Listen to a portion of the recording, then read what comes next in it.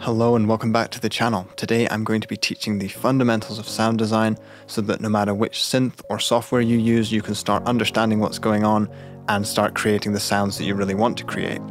All the topics covered in this video are going to be written in the description along with timestamps, and we're going to be covering the 4 basic shapes: additive and subtractive synthesis, filters, ADSR, LFO, Unison. You might have heard of some of these terms before, maybe not, but either way, I'm going to be simplifying it all in this video.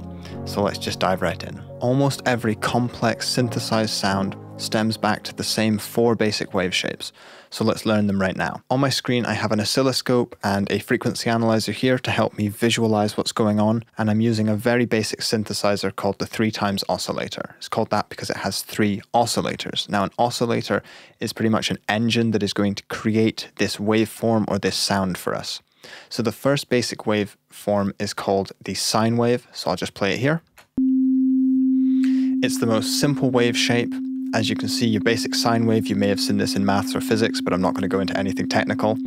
And on the frequency analyzer, we have only one note, one harmonic, that's all. It's the most simple wave, and you can hear that it's very smooth. This waveform is particularly useful in bass sound design.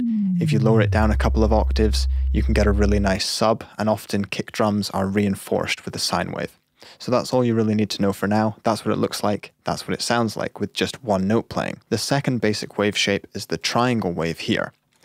So on the display, you can see these pyramids, 2 sloped sides, and you can see that it's got that main fundamental note, but there's many more harmonics added, which gives it that slight buzzing sound. It's a little bit more harmonically rich, you might say.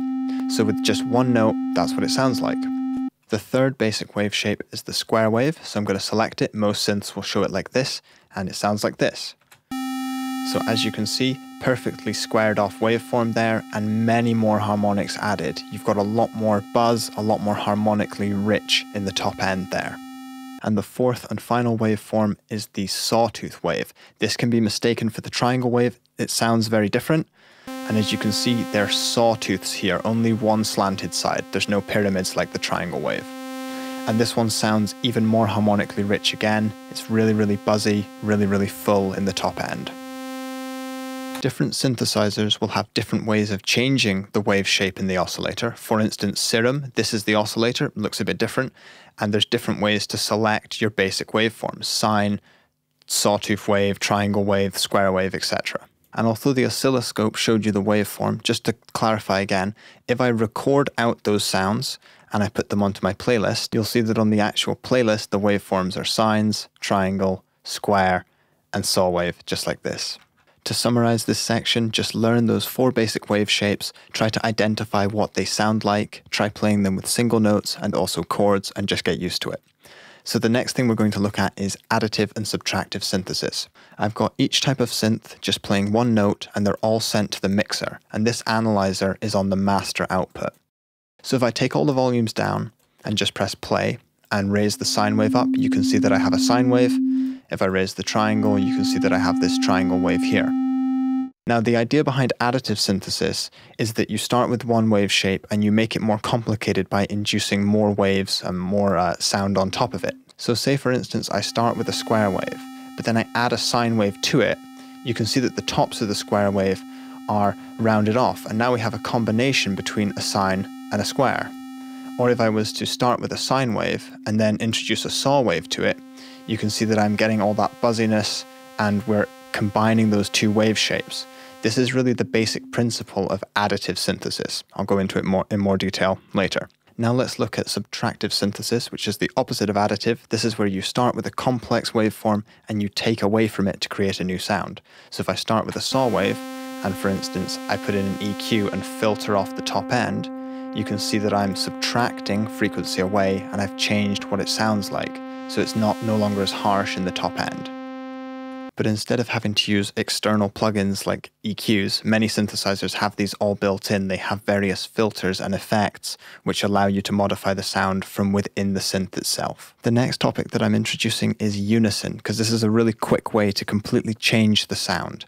So we're still only playing one note, and I'm working inside Serum, and this is the oscillator. So don't worry about everything else here. It's not important. This is what's creating the sound. You know, you've got your volume, your pan, and whatnots. And what I'm going to do is increase the unison, and this adds more voices to the sound. So instead of having just one saw wave just buzzing, it's going to sort of duplicate, pan, and detune them around the stereo field.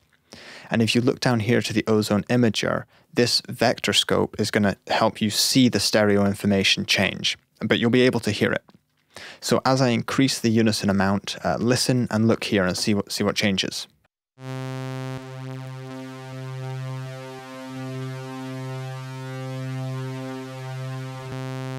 You can add unison to any of the basic wave shapes. So if I was adding unison to a sine wave, it would sound like this, or to a saw wave, to a triangle wave, or to a square wave. And that really goes a long way into making the sound a lot more rich and getting it sounding really professional. So far we've just been playing one note, so I'm going to change and play some chords to make it more interesting. And the next closely tied thing to unison is detune.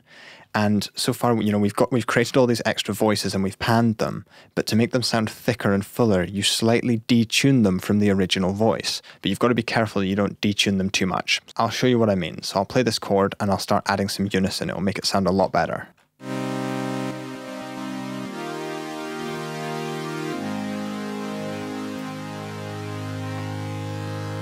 Now if I change the detune amount, at one point it starts sounding really bad, so you've got to be careful you don't do too much detuning. And while more voices of unison sounds good, when you start off it can be common just to add 16 voices or as many voices of unison as you can to everything. Definitely experiment. Some of the best sounds I've made only have 3 voices of unison, some have 7. Adding too much unison can also just really hammer your CPU of your computer, so be careful with that. The next topic we're going to look at is filters. Almost every single synth has a filter. They all act in slightly different ways, but they follow the same basic principles. So usually you select a filter type.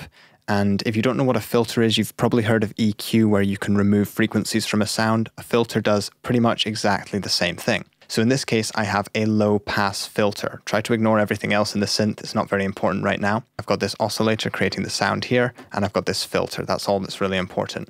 I have a low pass filter, so as I move the cutoff, it's going to allow the low frequencies to pass, and it's going to cut away the high frequencies. So let's take a listen to this. Now you can only hear the low frequencies of the sound. The high frequencies are cut off. Now I can introduce them again. And usually you can select different filter types. So I could actually select a high pass filter, which instead would cut away the low end and only let the high end through. Like this. And as well as those normal filters, you've also got all sorts of crazy combing and phasing filters that sound like this.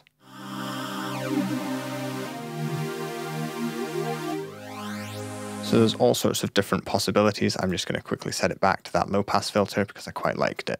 The next topic we're going to look at are envelopes and ADSR, which stands for attack, decay, sustain, and release. And this determines the volume and shape of the sound when we press the keys and then when we take our fingers off the keys. So we have attack, decay, sustain, and release. Serum also has a value called hold. I'm going to use this because this has a really graphical way of showing it. Looking at this graph, from bottom to top, we have no volume all the way to the maximum volume at the top. And then from left to right, we have 0 seconds, and then we go along in time. So 1 second, 2 seconds, 3 seconds. So if I have an incredibly short attack and I hold my fingers on the keys like this, the sound is just going to jump up to its maximum value instantaneously. But if I have a much longer attack, it's going to take more time for the sound to develop and grow to its maximum. So you can see that might be better for like a pad sort of sound. The next important parameter I would say is the release. So this determines how the sound dies away once you release the keys or once the MIDI stops. If I have a very, very short release, it just cuts away immediately. The sound just dies away very sharp and sudden. If I have a longer release, the sound dies away quite gently and gradually. And usually you can adjust the shape of these curves as well. So maybe I have a longer release, but it's a more sharp curve.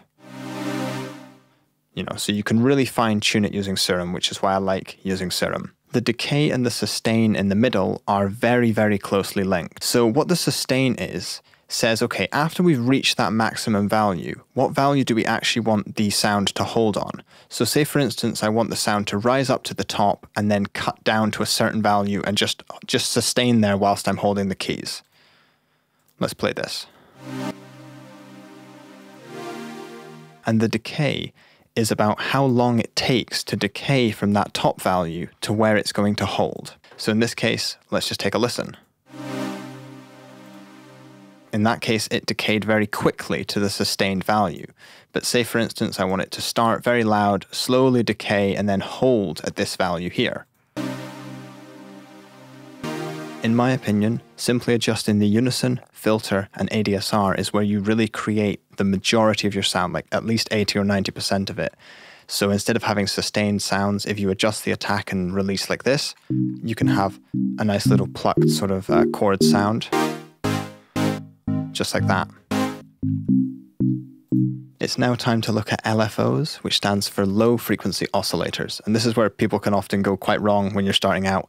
Low frequency oscillator, it doesn't mean that it's affecting the low end of our sound or the bass. It means that it's oscillating at frequencies which are relatively low. So, you know, maybe 0 to 30 or 40 hertz, something that we can recognize. If I have this LFO here, again, the graph is exactly the same as the ADSR. It's 0 to maximum, and then this is time. And the LFO is just going to keep going backwards and forwards. The way I like to explain what an LFO is it can add movement and automation to in Serum, any parameter in the synth really, but usually the filter. Instead of having the filter just be static, in this case, I have it set to this value and it stays there. It just stays there all the time. What you can do is you can assign an LFO to the filter and then have that cutoff move all the time. In Serum, you just drag it together. How I create this link doesn't matter. It only really matters that it can be linked for the sake of this tutorial. What you'll see is that the cutoff starts very closed, and then it opens up and closes back down again.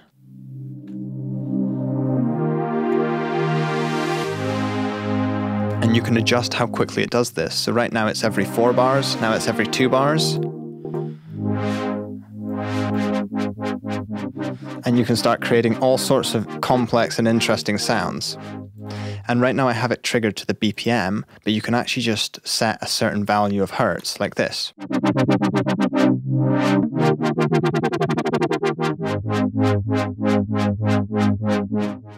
And the reason LFOs are great is because to achieve this sort of modulation or automation, you would usually have to create an automation clip on your playlist and assign points and then link the two controls together, which can be done. But if you do it with the LFO, it just saves you an awful lot of time. And what's great about the LFOs in Serum, you don't have to have it follow a shape like this. You can have any sort of shape you want. So say I just want it to rise very slowly over the course of 2 bars.